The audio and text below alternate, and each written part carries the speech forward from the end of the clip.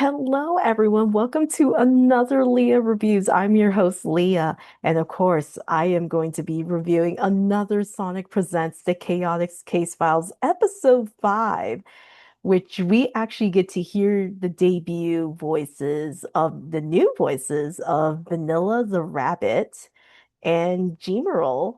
So I think it's just, this episode, I think it was just I think it's like a very heartwarming one, It's kind of like a filler into where they will be going next. And I think they did a pretty great job. Hats off to the voice actors. They did this pretty well. I am very shocked at, what they were able to do.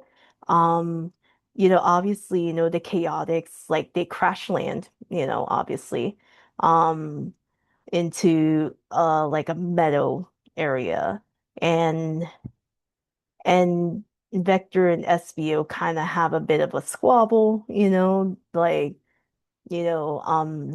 obviously, I like the way this audio drama is doing so well with that. Like they're really bringing out how difficult this case is. Obviously they didn't know this red specter, from the previous episode. And I think, I think it's very, very interesting that Vector's like, I'm gonna carry this copter because obviously the copter is pretty much totaled, and they had to, what do you call it?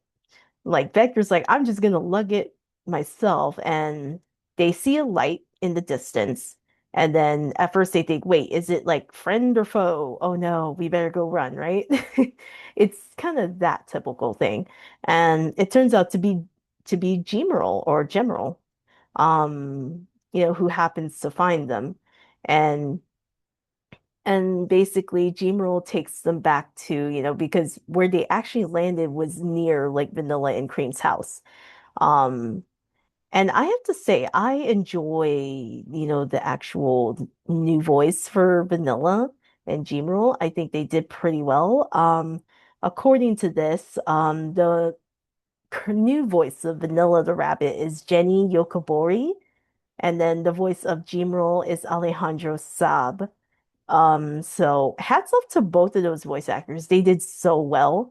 Um, you know, and I think, with what they've done so far, like I kind of like how with Eggman and Sonic are just like so enthralled in this story. Like I just love how Eggman and Sonic are just like really, really like, please, we want to know more, you know.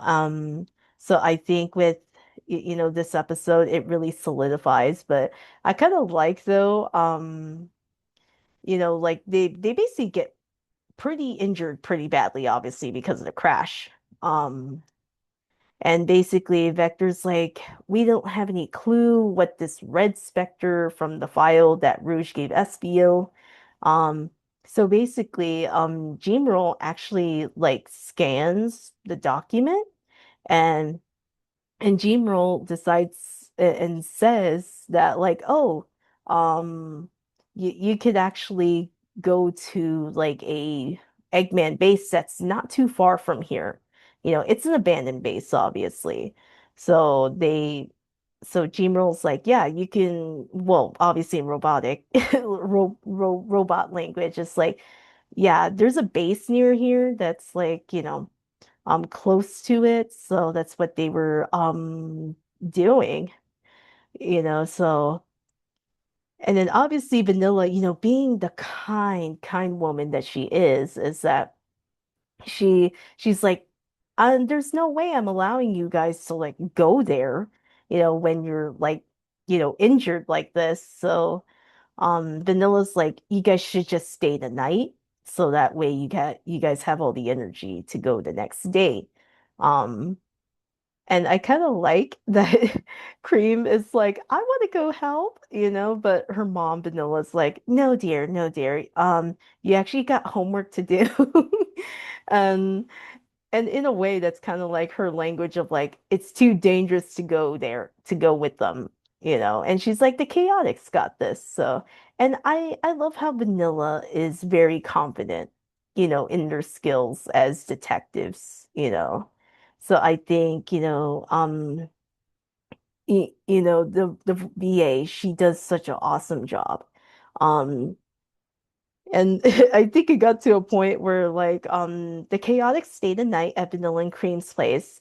And what ends up happening is like it's just Vector's imagination, obviously. It's so overly exaggerated and literally Sonic and Eggman call Vector out. Like they're like, bruh, it's like that's not how vanilla acts and behaves. And then Vector's like, this is my story, so I'm telling it the way I want it to. So Vector just all sassy come back right there, and I think that was just hilarious. Um, so obviously this is just in Vector's imagination because obviously Eggman and Sonic are calling him out at this part, specifically between the conversation between him and Vanilla. And they're like, okay, Vector, you are an unreliable narrator because there's no way that she'd be like saying that stuff the way you worded it. Um, that was the highlight in this episode. And funny enough, like Vanilla and Vector go to check and they see that Charmy is like trying to, I guess, fix the Chaotix copter. And I think that was just intriguing, if anything. So, of course, Vector's like, I got a lot on my mind, but at least he did sleep, so did SVO.